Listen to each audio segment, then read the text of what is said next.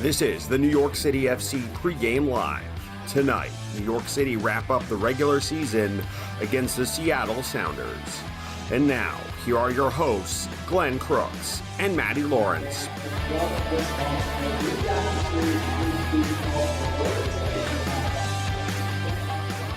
And we are in Queens for this one on Decision Day, the 11th Decision Day in the history of the New York City Football Club.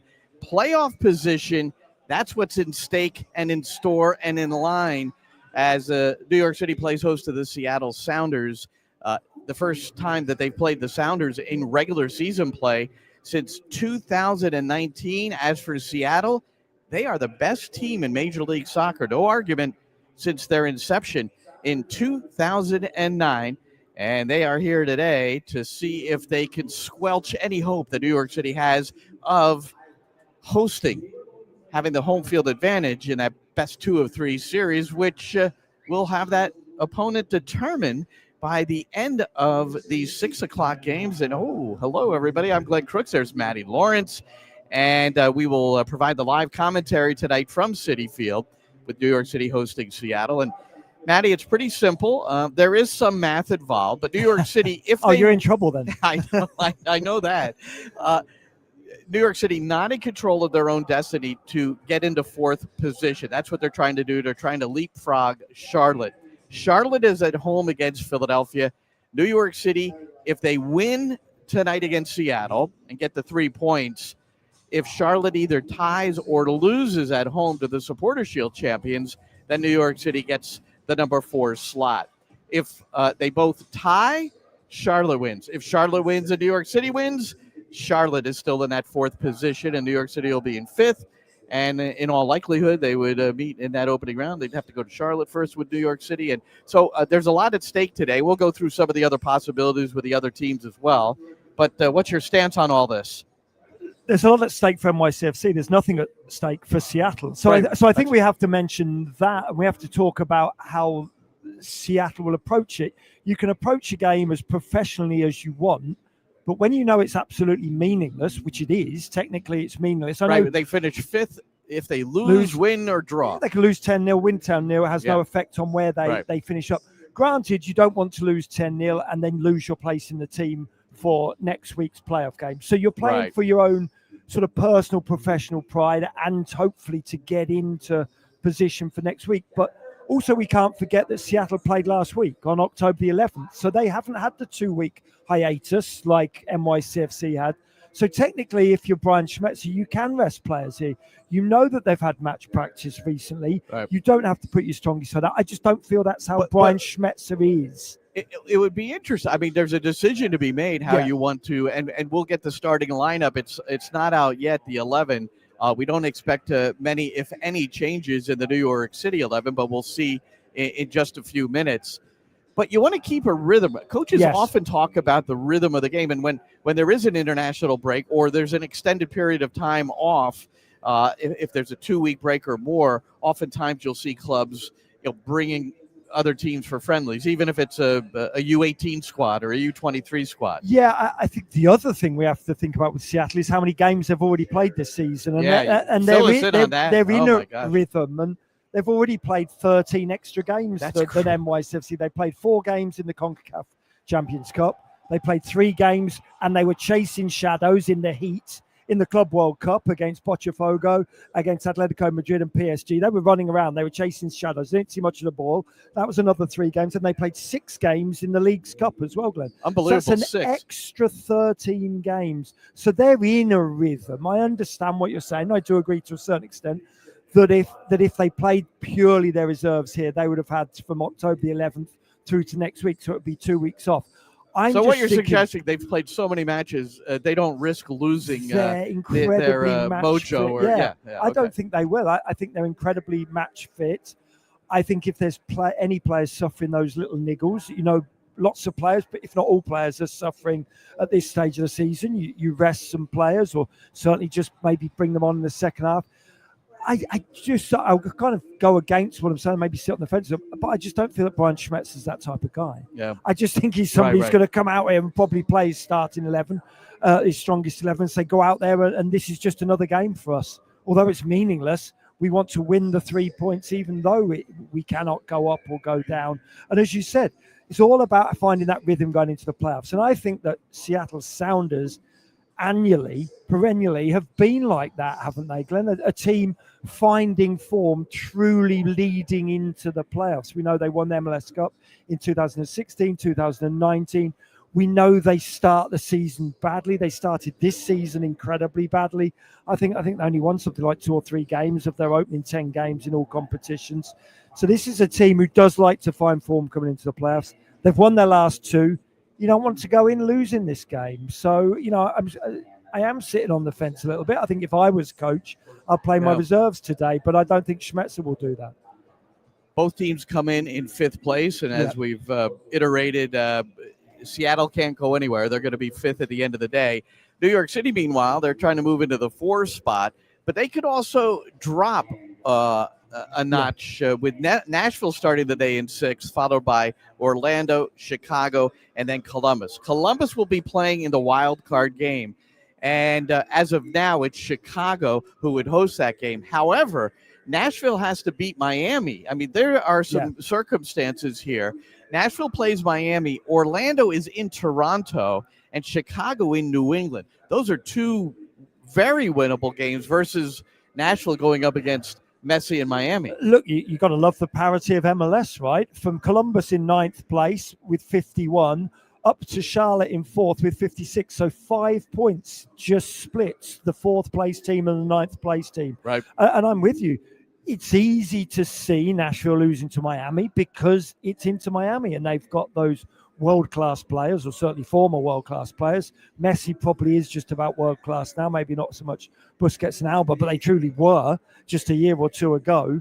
You can easily see them turning over Nashville, as you say. And for New York City, you can end up in 4th, in 5th or 6th. So I think certainly in the Eastern Conference, it's great. This decision day, there's so many different parameters. Things can swap and change about. Granted, Philadelphia are there at the pinnacle, and deservedly so. They've secured Supporters' Shield. They've secured, obviously, Eastern Conference title as well. But everybody else below, there can be little twists and turns in this final day. Well, if Nashville were to lose to Miami and Orlando and Chicago both won, Nashville would drop into the wild card game. That's that 8-9 game. Then they would host Columbus Crew. So a lot to play for here in the Eastern Conference. And in the West, just briefly, it's 4 teams playing for the final 2 playoff spots. And RSL and FC Dallas are in control of their own destiny. They're the 8-9 team, and 8-9 teams in the West. And if they win, they're in. But you realize that none of those teams should be in the playoffs according to the Matt Lawrence rules of the playoffs. I was going to let me tee you up. You didn't let me tee you up sorry, for that. Sorry, we should have got our heads together. So earlier. there are. Here's what's going to happen. There will be at least 2 playoff teams with a negative goal differential and a below 500 record. At least 2, possibly 3. In the Western Conference. All right, go ahead. Yeah, look, I've always said it, and I stick true to this, that any team with a minus goal difference, a negative goal difference, or who have lost more games than they win should not be allowed in the playoffs. You've proven you're not a good team because you can't score more than you've conceded, and you've also proved that if you don't win more than you lose. So I stick by that, Glenn. So, yeah, we've only got 4 or 5 teams in the playoffs in the Western Conference. Well, there you see. How would that be? How would we do that playoff? We'll just have to a little bit of shaking things about, but we'll do it. If the Western Conference, we have to all admit it is poor this year. There's some very bad teams in it, as proven. What's really interesting, though, New York City comes in with a record of 1-3-1 against the West. Their only win was at FC Dallas, which was a crazy game, down 3-2. Alonso Martinez had a hat trick, and that was Nico Fernandez-Mercado. His debut came off the bench, game-winning assist to Martinez. But that's just New York City, isn't it? They're not very good against bad teams. So you said it. The Western Conference of bad teams. Right, New York City haven't done. Look, we only need to look. Montreal, Atlanta, and DC United are in the last 3 places in the Eastern Conference. NYCFC have lost twice to Montreal, once to Atlanta, and once to DC United and drawn once. So, if you add some points up from which some of those games which they should have won, they'd be near the pinnacle. They'd be near Philadelphia. I want to put a graphic up here, and this actually came out of the Seattle Sounders press kit. Highest regular season home winning percentage in MLS history. I didn't know this. New York City is second to LAFC and slightly ahead of Seattle. The Sounders at Lumen Field, until Atlanta came around, they always led the league in winning percentage. But how about that? Here's the deal.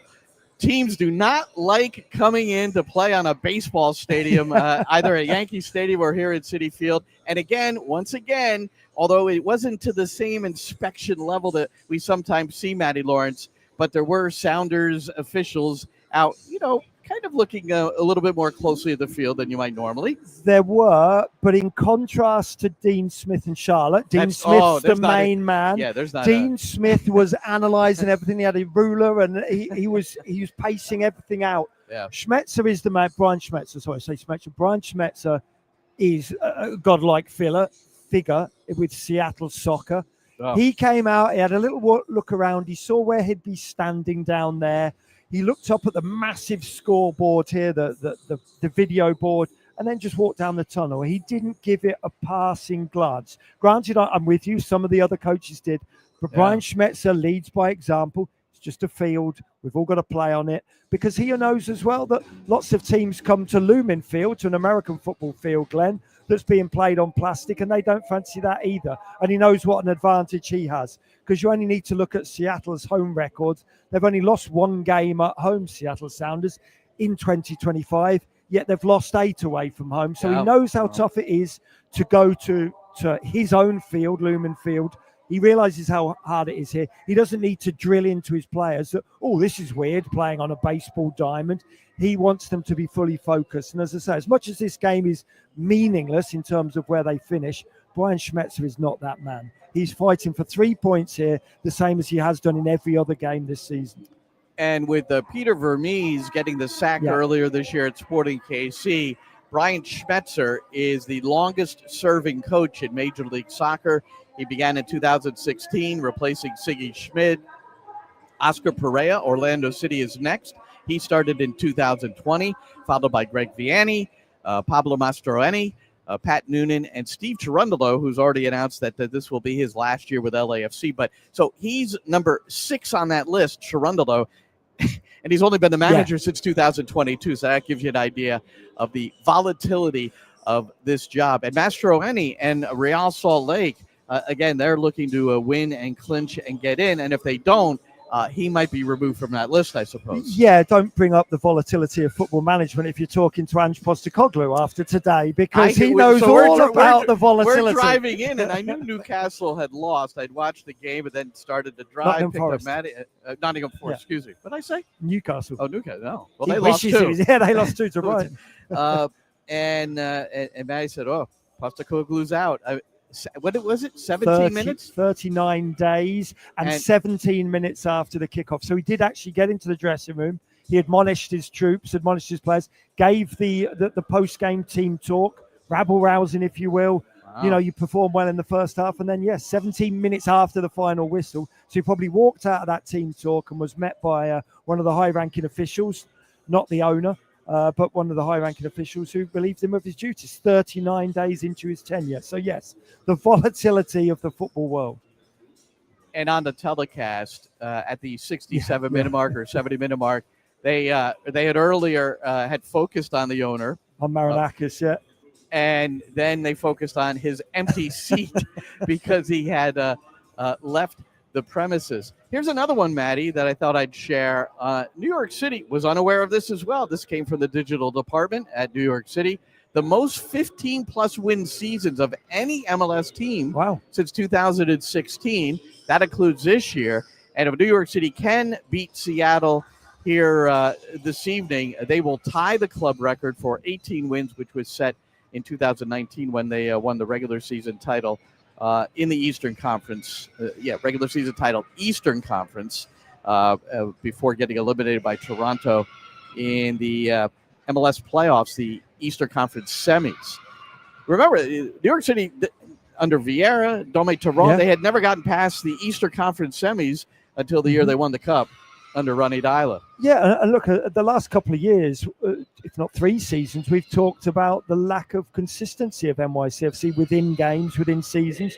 But a graphic like that shows us that throughout really the tenure of David Lee, they have been consistent. He has produced some good teams. I know it's not just down to David, and David would admit that as well. It's down to other coaching staff members, management, then of course the scouting network as well, led by CFG, of course, but and the manager as well. Yes, because in the Patrick Vieira era, finishing 3rd in the Supporter Shield rankings, 2nd one year. So in the regular year, things really and under Dome Toronto winning the East in a top 5 Supporter Shield level. So and they've done it in the regular season. Yeah, and for managers like Dome and Patrick, who grew up managing predominantly in Europe, that should have been enough. That would have been enough. We finished 2nd or 3rd. Great. We're playing in the Champions League next year. And I say that a little bit tongue in cheek, but that is right. You are judged in Europe on the strength of your league season, not the playoff season. Yeah. But we understand that's the beauty of MLS. It has different parameters and different guidelines. So Bradley Carnell, I was able to speak to him at something called the Aspire Academy Global Summit. That was a couple of weeks ago now. But I thought he made a very interesting comment regarding the end of the regular year. And he was especially talking about Jovan Lukic, that very good midfielder for Philadelphia. Yes. He had a tremendous game against New York City, but he's been playing that way all season long. But he said he's going to have to work with him a little bit mentally because in his head, because it's his first year coming over from Europe, it's over. No. We got playoffs coming up now. So he's really got to – and I trust in that. You have to consider that. You listened into the press conference. Didn't Raul Gustavo say similar as well on Thursday? And it's absolutely a fact. I know certainly that if I'd have come from playing in England, where predominantly you don't have playoffs, I know there was the occasional playoffs to get promoted from the Championship to the Premier League, but predominantly there wasn't. It is. You do have to refocus your mind because as a player, yes, I know the cliche, let's take one game at a time, but you do still look at the body of work, the 34 games, or when I was playing the Championship, 46 games. You look at it, and then at the end of it, you almost breathe a sigh of relief. Your mind switches off slightly. You rest your body a little bit. But yes, you have to go again because the only really important part of the MLS season is the playoffs. Because it's almost pointless finishing top of your conference. I know you get a nice trophy, and if you win a Supporters' Shield, you get that. Exactly. But for me, most people remember who wins MLS Cup, and that is just down to the playoffs. You know, and I think of also the reserve players or those that don't play very much at all, and keeping them motivated into that playoff round as well, whether they're from Europe or not. It's a totally different mindset, and I'm absolutely with Bradley Carnell that he will have to sit down with somebody like Lukic, who I'm with you. What a fabulous player he is. I wouldn't mind him playing in the regular season for whichever side I was manager of or playing. And boy, did he cover ground. I would have him on my team every day of the week. You mentioned Raul Gustavo. So he had, for the first time, he spoke publicly, and he was very, and we were at the training facility, myself and Roberto Abramowitz on the Spanish side. By the way, Spanish commentary team of Roberto, along with Ariel Hudas. They're getting honored here on Decision Day for their 400th radio broadcast. We had our day in the sun or in the lights or against Columbus on a Wednesday night not long ago, a couple of weeks back, 2 or 3 weeks back. So congratulations to them. But Raul Gustavo, so he's Brazilian. So I asked him about being next to Thiago Martins and the relationship or the language relationship that they have. But he's got an Australian in front of him. He's got a Colombian American in front of him. He's got an American to the left in Kevin O'Toole. So I had a little fun with him on this. Check it out. Because I'm studying English, I try to improve my English more quickly as possible. It's a little bit crazy because sometimes when I talk with my family, Brazilian family, sometimes I forget a little bit my language.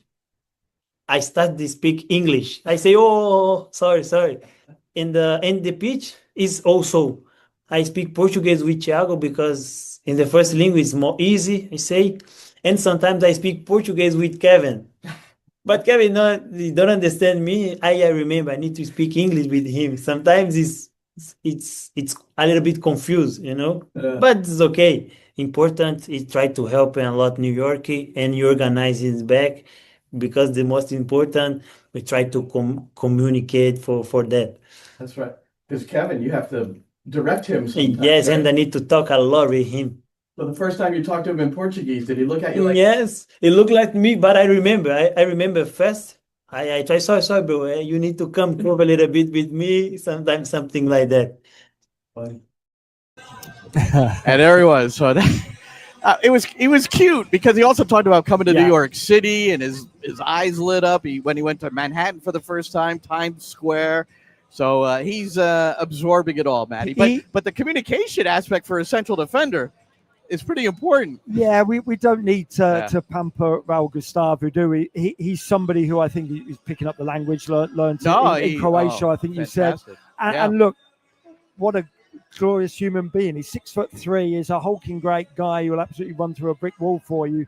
But he's similar to Eber, right? He's similar to Eber, that Brazilian beaming smile, and just seems happy to be not quite alive because that's been almost a little bit detrimental. But yeah, he's just so incredibly happy, and it's such a bright smile. And yeah, Kevin O'Toole will probably learn Portuguese anyway. He's a smart lad, won't he? He's a Princeton grad. He'll probably pick up Portuguese very quickly. Well, we saw Kevin on his way out, and I said, "Hey, Raul Gustavo just told a story of a communication breakdown," and he goes, he's crazy.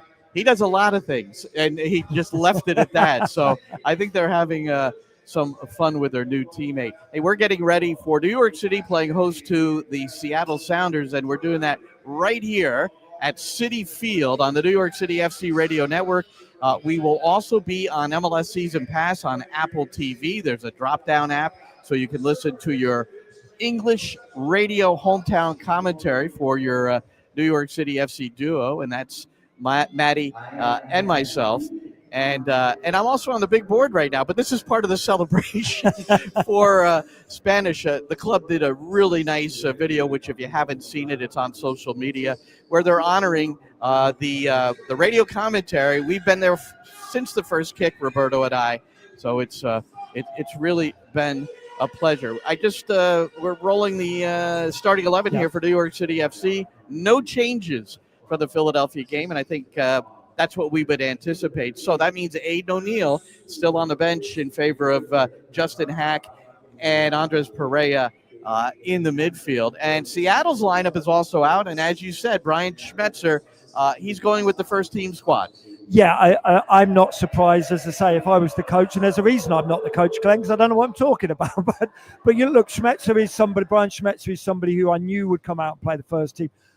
And look, when you've got Jesus Ferreira, you've got Jordan Morris, Pedro de la Vega, who I know from my time working with Argentine football, is a very good player, ex-Lanús player, and Albert Rusnak, who I think you and I have liked for a number of seasons, Glenn. Absolutely. This is a very dangerous team going forward, that is for certain. And they can play free of any shackles as well, Glenn, because this game technically means nothing to them, but sometimes those flair players, they thrive on that. There's no pressure on them at all. They come out and they perform. When you're playing against a team who've got nothing to play for, you have to hit them fast and go 1 or 2-0 up early on, because then the game's over, because they've got nothing truly to fight for. But if they go 1-0 up early, Seattle themselves, the pomp and the flair of players like Rusnak and De La Vega and Ferreira, that then comes out. So yeah, I think as any game of football, Glenn, but really, truly in this one, the opening 10 or 15 minutes and the first goal probably more than anything, so very important. I think what's really interesting about the Seattle lineup now for the fourth consecutive game is that their leading goal scorer is on the bench, Danny Mazovsky. Yep. He's got 14 on the season, but he's been a reserve in 14 of the games that he's played in. So Jordan Morris, he's back from injury, played 3 as a reserve, and now this is his 4th straight start as the leader up top. And a homegrown guy, from the Seattle area. And he's an important figure, obviously, for Seattle, both spiritually and then we know he can run. Look, also he's on big wages too. So when Jordan Morris is fit, you play him. Forget those wages in a way, but he's a very good player. And as you say, a leader on the pitch in terms of vocally and leading by example as well. So, Brzozowski's got to get used to being a super sub, and he's done it very well, hasn't he, this year? Yeah, absolutely. And the guy that's in the lineup that has really provided a spark for another team, the U.S. men's national team, is Christian Roldan. At the age of 30, Matty, he's coming to the forefront. And if you want to know whether he's got a good chance of being on the World Cup roster next summer, listen to Mauricio Pochettino, head coach of the U.S. men's national team, after the last game that Roldan started, and the U.S. men got the win in a friendly, yes, it was a battle with Australia, and here's Pochettino. Is what we need. And then we need player with confidence, with self-belief, with a little bit arrogance, with a little bit, being naughty, being competitive. And maybe Christian Roldan is the example of, how if you want to build your perfect player, he has a little bit of everything.